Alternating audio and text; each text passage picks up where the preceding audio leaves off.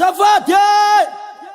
ny azafady fagnatandalana iteny ary fanomesa amboninahitra ny tenenana ko voaloham-pitenenana dia isarana ny voninahitsy Jehovah avy amin'ny fitoerany masina nanome zao andro lehibe izao ary ny tsiny dia efa nalefa amilaina sera koa samakagna amin'igny koa sika hagnaisa mizoro manatrika atoana dia saray aman-dreny fa zanaka ary sazoko ny fazandriny ko araky ny teny manao hoe ny tonga samiaraba ho namany tesa ary ny lasa samanao veloma namany sosotra ko arabaina aby asika mianakaby natratra ny andro mazava izao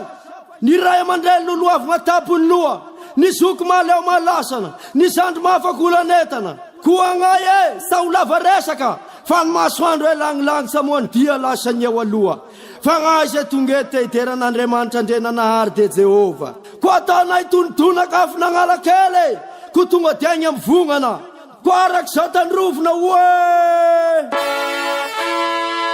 olomena fahefana naterako mpandesy izao onirany Jesosy re nonampitafinana ho androany olomena fahefana naterako mpandesy izao onirany Jesosy re nonampitafinana ho androany Niasani satana niasani debule nyareti nareta te fangerni Jesús ego niasani satana niasani debule nyareti nareta te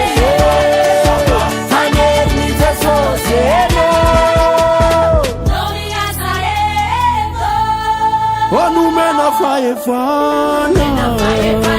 efana kapisuruno sifirenena masine sapie fapande sisikerete onumena faefana efana kapisuruno sifirenena masine sapie fapande sisikerete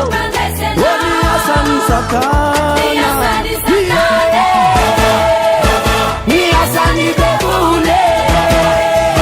nyareti nareta te fangerni Jesús ego